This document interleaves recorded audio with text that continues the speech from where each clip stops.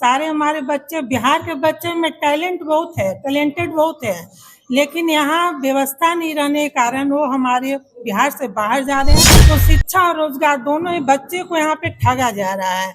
आप ट्रेन में अगर सफर करते तो सही बात है कि वॉशरूम जाना अगर हो तो रास्ता नहीं मिलता, लोग बाथरूम के बाहर में ही फर्श पे लेटे मिलेंगे। योजना में करीब 1700 एकड़ जमीन चनपटिया में चिन्हित कर दिया गया और उस योजना को पूर्ण करने के लिए 10,000 करोड़ रुपया राज्य सरकार को देना था और 2000 एकड़ के आसपास जमीन देनी थी, तब वो योजना आती। क्या आप मानते हैं कि नीतीश सरकार के पास 10,000 करोड़ रुपए नहीं थे या पूरा चनपटिया की जमीन एक्वायर नहीं किया, जिसके कारण छात्रों के हित में प्रशांत जी ने आंदोलन किया, संघर्ष किया, जेल तक जाने की नौबत आई तो उससे भी पीछे नहीं हटे। लेकिन जब छात्रों की एक समिति ने तय किया कि अब इसको हम लोग न्यायिक तरीके से इस लड़ाई को आगे बढ़ाएं, और न्यायिक लड़ाई में आपको पता होगा कि हमारे पार्टी के ही और शिक्षा पे, तो शिक्षा सही बात है, यहाँ शिक्षा के कोई ये नहीं है, फैसिलिटी नहीं है। सारे हमारे बच्चे, बिहार के बच्चे में टैलेंट बहुत है, टैलेंटेड बहुत है, लेकिन यहाँ व्यवस्था नहीं रहने के कारण वो हमारे बिहार से बाहर जा रहे हैं और वहाँ नाम रोशन कर रहे हैं पढ़कर वहाँ का। उसी तरह रोजगार, जब बच्चे बाहर जाएंगे, बाहर पढ़ेंगे, बाहर शिक्षा लें तो रोजगार भी बाहर ही करने लगते हैं। यहाँ भी कोई भी इतनी 1-2 IT कंपनी वगैरह कुछ ऐसा नहीं है जो बच्चे अमीर घर के हो चाहे गरीब घर के हो, हर बच्चे का एक शौक होता है, उसकी पढ़नी उसकी इच्छा होती है, लेकिन वो एक मजबूरी के तहत उन्हें बाहर जाना पड़ता है। तो शिक्षा और रोजगार दोनों ही बच्चे को यहाँ पे ठगा जा रहा है। आप ट्रेन में अगर सफर करते तो सही बात है कि वॉशरूम जाना अगर हो तो रास्ता नहीं मिलता, लोग बाथरूम के बाहर में ही फर्श पे लेटे मिलेंगे, थैला लेके, बोरिया लेके, पूछने पर कि बच्चे आप लोग कहाँ जा रहे हो, तो मैं जॉब करने जा रहा हूँ बॉम्बे में या मद्रास में, चेन्नई में, कहीं भी। तो यहाँ के बच्चे मजदूरी के 10-15 हजार रुपये के लिए बच्चे बाहर जा रहे हैं, अपने पेरेंट्स को छोड़ के, घर द्वार छोड़ के बच्चे बाहर जा रहे हैं, जबकि वहाँ पे रह के वो काम तो कर रहे हैं, मेहनत कर रहे हैं, पैसा कमा रहे हैं, अपने पेट को काट के 2 पैसा बचा के अपने घर को ही भेज रहे हैं। यहाँ गार्जियन की क्या स्थिति है कि बच्चे तो बाहर चले जा रहे हैं, माँ बाप के पास कोई तबीयत खराब होने पर कोई दवा देने वाला नहीं है। तो ये सब बहुत भी बड़ी समस्या है यहाँ की। बहुत बड़े बड़े कॉलोनी में, यहाँ पे पाटलिपुत्रा कॉलोनी, चित्रगुप्त कॉलोनी, कहीं भी जाइए पता चलेगा अधिकतर घर में ताले बंद हैं। किसी में पेरेंट्स हैं तो माँ अकेले हैं, पिताजी हैं तो अकेले हैं, कोई देखने का। ये सब चीज़ को अगर सुधार किया जाए, यहाँ पढ़ने की अगर सुविधा दी जाए तो बच्चे हमारे बाहर नहीं जाएंगे। उसे स्लम एरिया के बच्चे लोग जो कि पैसा के बिना, अभी हम कल गोसाई टोला स्लम एरिया में मैं गई थी, घूमने गई थी, वहाँ बिहार बदलाव रैली के बारे में मैंने गई थी, वहाँ घुमा, देखा कि बच्चे, छोटे छोटे बच्चे हैं, वो कूड़ा करकट कचरे से खेल रहे हैं, पढ़ने की कोई ये नहीं है। जो बड़ी लड़कियां थी उन्हें पढ़ने नहीं आ रही है कि क्या लिखा हुआ पंपलेट में क्या ही है, तो उनको बताना पड़ा, समझाना पड़ा। तो ये सब, जैसे गरीबी, यहाँ गरीबी बहुत है, गरीबी पे कोई तरह का यहाँ पे नहीं। हमेशा इलेक्शन आती है, बहुत सपने दिखाए जाते हैं, बहुत से इलेक्शन खत्म होते हैं, उसका सारे सपने बोरे में भरे रह जाते हैं। तो ये सब बहुत दुख की बात है कि हम अगर बिहार में रहते हैं, इतना सब कुछ होते हुए भी यहाँ के बच्चे इस चीज़ को सामना कर रहे हैं, नौकरी के लिए, शिक्षा के लिए, यहाँ पर गरीबी के लिए। स्लम एरिया में बहुत जगह मंत्री जी का कहनाम है, सरकार का कहनाम है घर घर शौचालय। मेरे चितकोहरा में एक कपाड़िया मोहल्ला, मैं वहाँ गई अपने क्षेत्र में घूमने के लिए, पता चला कि वहाँ शौचालय नहीं है। महिला लोग आके रोने लगी, कल्पने लगी, बोली देखिए ना भाई बंधु लोग को तो लगता है तो 5 रुपये दे के शौचालय में चले जाते हैं, हम लोग पर्दा से घेर कर लेट्रिन बाथरूम जाते हैं। नाला का निकासी, पानी का निकासी की व्यवस्था नहीं है, हर झोपड़ी के आगे गड्ढा कर करके वहाँ पानी जमा होता है, वो लोग बर्तन धोती हैं, उसी पानी को फिर बाल्टी में कर करके, डब्बा में करके बाहर फेंकती है। तो इस टाइप की जर्जर स्थिति यहाँ की हुई है। किसी भी क्षेत्र में, या तो शिक्षा हो, रोजगार हो, गरीबी हो, सब में कोई चीज में सुधार नहीं है। दिन पर दिन बिहार की स्थिति बद से बदतर होती जा रही है।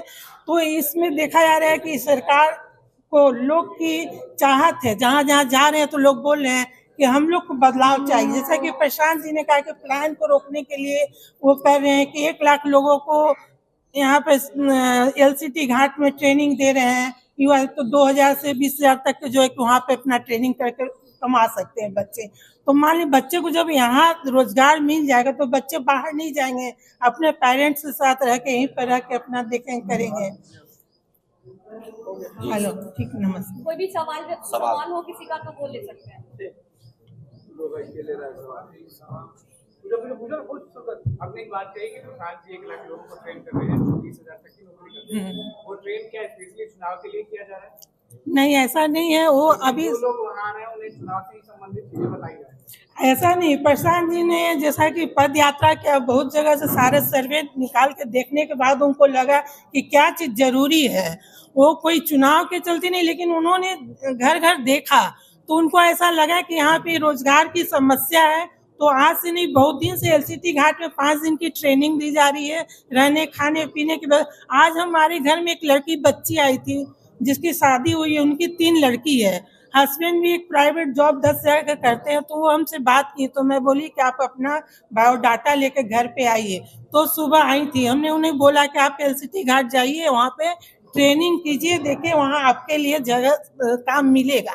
तो ऐसा नहीं है कि प्रशांत किशोर जी बोले चाहे सिर्फ इलेक्शन के लिए चले, ऐसा बात नहीं है। उन्होंने दावा किया, ये किया, वो कर रहे हैं, आगे भी करेंगे। बिहार की बदलाव के लिए उनका स्टेप आगे बढ़ा है और उनके साथ सारी जनता की आवाज है कि वो एक बार आए, बदलाव चाहिए उनको। लता जी, बिहार में ग्रामीण क्षेत्रों में पुरुषों की अपेक्षा महिलाओं का जो रोजगार है वो ज्यादा है। महिलाएं जो है मात्र 9.9% बेरोजगार हैं बिहार के ग्रामीण क्षेत्रों में, और पुरुष जबकि 3.3 है।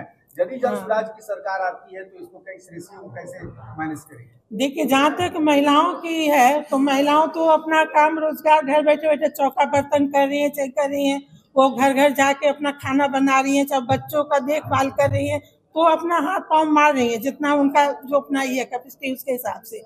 रहा बात पुरुषों का, तो पुरुष भी काम कर रहे हैं, उनके अपेक्षा कम करें लेकिन काम कर रहे हैं। कैसे मैनेज करेंगी, मैंने ये पूछा। मैनेज करेंगे जैसे कि अभी इस रेशियो को लेवल पर जैसे यहाँ पर ट्रेनिंग दिए जाएगी, कथी खुलेंगे, चीनी मिल खुलेंगे तो फैक्ट्री में वो लोग जाएंगे, काम करेंगे, पुरुष लोग को भी एक मौका मिलेगा। यहाँ पर सारी फैक्ट्री, चीनी मिलों चाहे जो सभी बंद पड़े हैं, अगर खुलेंगे तो लोग तो जॉब करेंगे ही।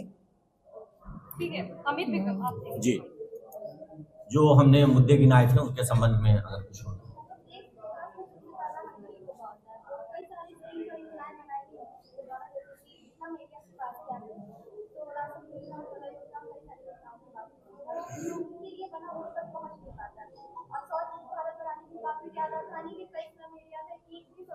हाँ, सही बात है। देखिए, आज की जो प्रेस वार्ता है वो युवाओं के रोजगार, उनके शिक्षा को लेकर के है।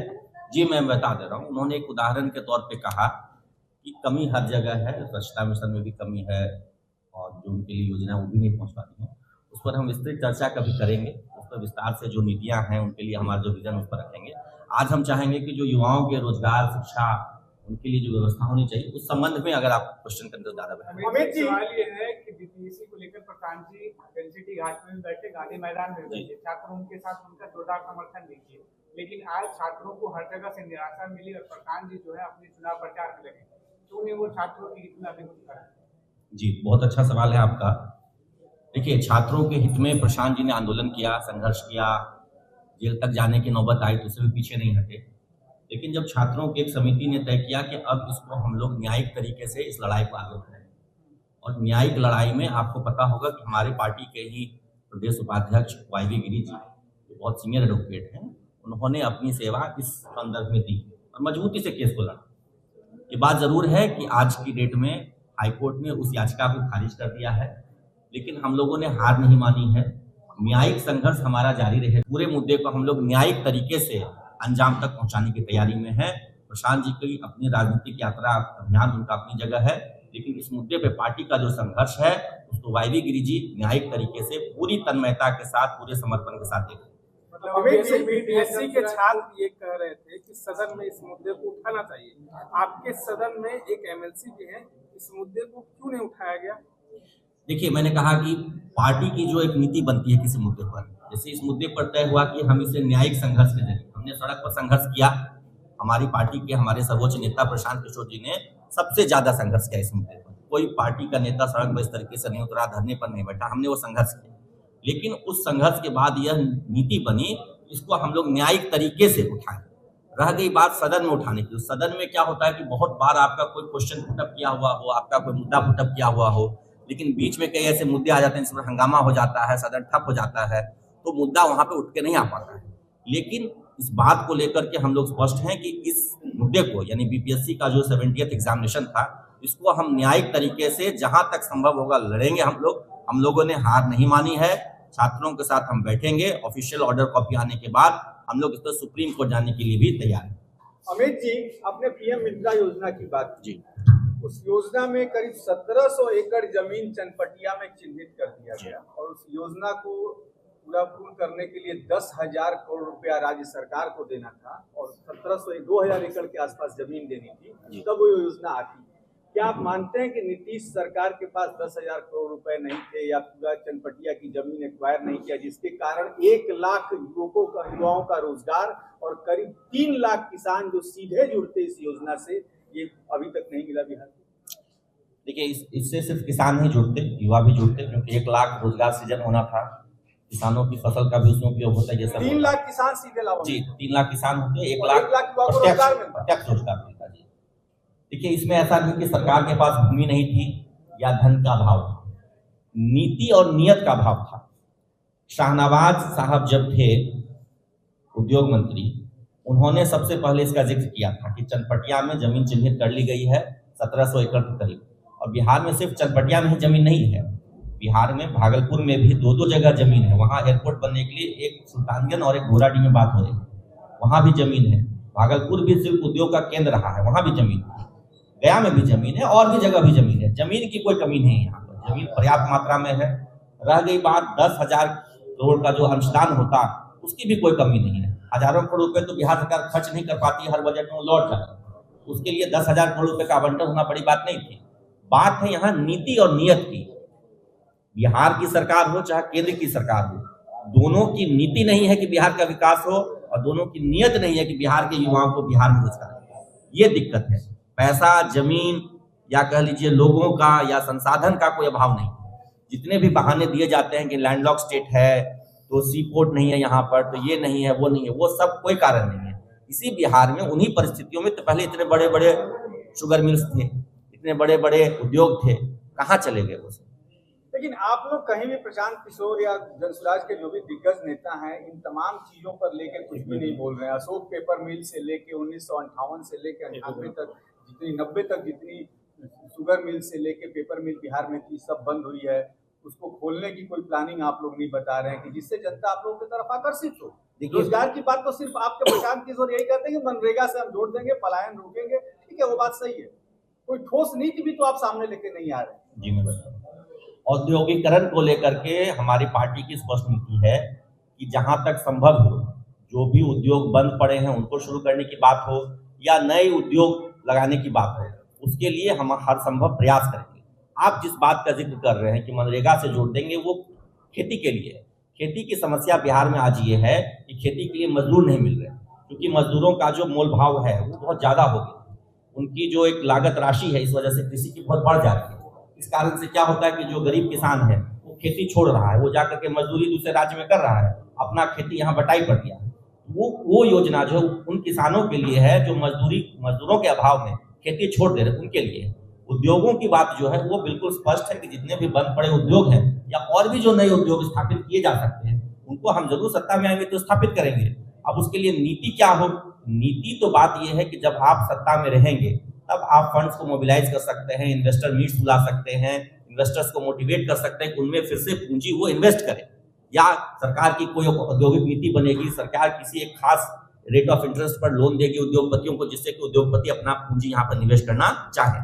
लेकिन मनरेगा की भी योजना को जो आप लोग नगदी फसल के साथ जोड़ रहे हैं, 218 रुपए मिलते हैं करीब एक मनरेगा के मजदूर को। 300 दिन की उनको नौकरी दी जाती है, तो 300 दिन में वो कितना कमाएगा? 218 रुपया ही किसान आप देंगे, सरकार आपकी आएगी तो देंगे। तो क्या 218 रुपए में किसान को नहीं देना होगा, आप दे देंगे उसको, मजदूर को? तो क्या चल जाएगा उसका घर?